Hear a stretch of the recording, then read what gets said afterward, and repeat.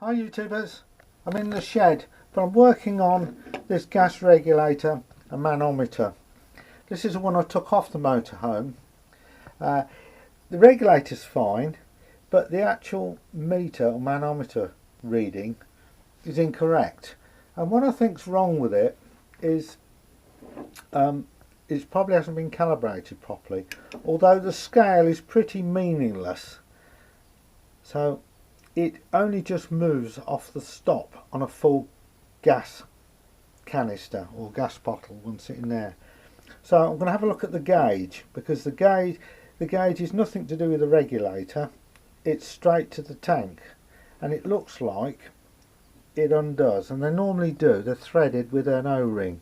So what I'm going to do is put this in the vise, and I'm using a spanner. I'm going to take the gauge off. So I'm gently holding it in the vise by the flattest part of the back of the regulator, so it's nice and firm, and so I don't damage or crack anything. I'm going to attempt to undo the manometer, which is threaded in, and I've just got to get the right spanner. You don't want to get a spanner that's too wide, otherwise what's happening is it catches on this square as well, and you break it off. So you want a thin spanner, so it only just, there we go, so it misses. I don't know if you can see it. You don't want it so it goes on this flat piece as well, and it's a normal thread. Right, let's put the camera down while I just initially move it. It's going to be tight. Okay, I've just got it loosened off. I'm using a spanner. I'm just undoing it. Quarter of a turn.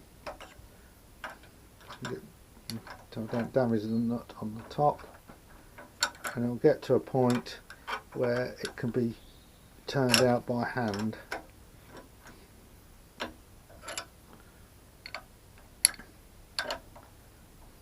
That's it. I think that's done it.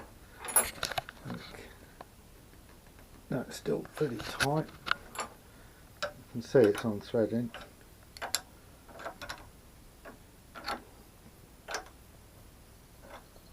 There we go, it's coming. And then you get to a point where you see the O-ring appearing, and you just keep going, and when you get to this stage you can actually put the spanner all the way around like that, because it comes past the nut. Oh yes, there we go. It unthreads out. There we go.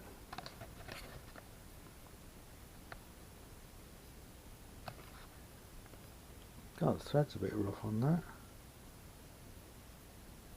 Yeah. Gosh, yeah, it is a bit rough.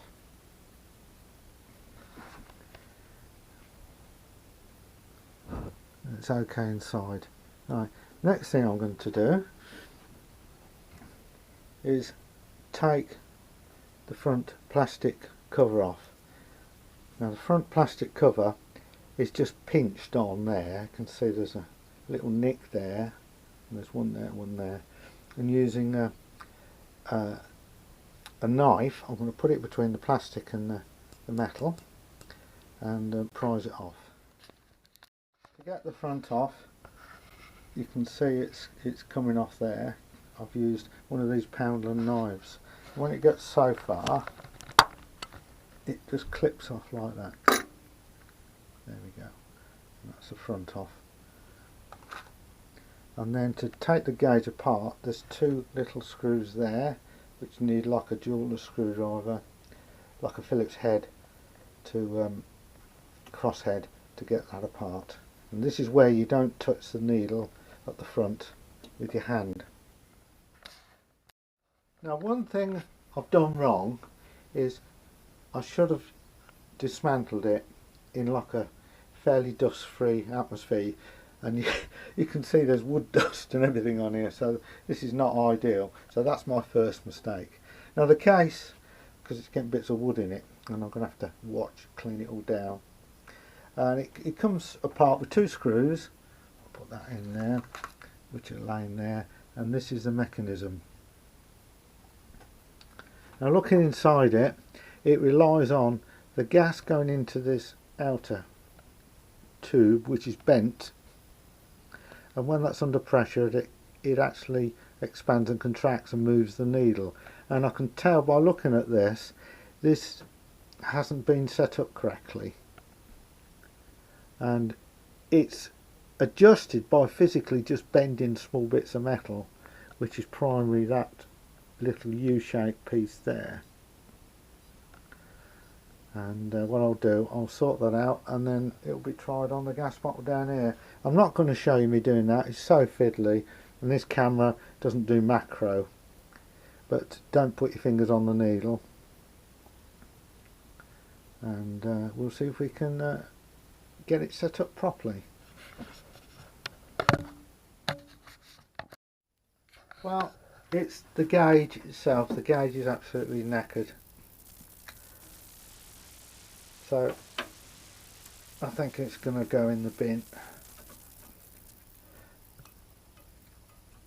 I could blank this hole off, and so you can just use a regulator, but to be honest, for the cost of these things, I think I'll cut it up so it can't be used by mistake, and somebody finds it, and I'll put it in the rubbish bin, which is a shame, but that's the way it goes sometimes. So, right, what I've done is I've cut up the ends off the regulator and took the gauge off, so it can't be used. If anybody finds it in the rubbish or comes across it, it can't be used for safety reasons. And what was wrong with the gauge, it has like a tube of very thin brass or copper, can't remember what material it was, and what it does, it's soldered on the end, and as the gas goes in, it expands and contracts, and the more pressure, the more it expands, and the less pressure it contracts. And the ends are soldered, and it's the amount of solder that's used on the end can determine, and the length of the copper tube that's bent determines how much pressure it needs to bend it. And it was poorly soldered one end as well, and I wasn't going to solder it. You know, you can't mess about with these gas sort of things. Yeah, but there is an adjustment on it, and you can adjust where the needle goes to the end stop and how much movement it has the other end to the full stop, you know, when the gas expands. But I thought, no, I'm not going to mess about with this one, and as I got a replacement anyway, and they're only 10, they vary from £10 to £14 on eBay, so it just makes sense to throw it because I've got no use for it as I've got another new one on. So once again, thanks for watching. Please subscribe and like.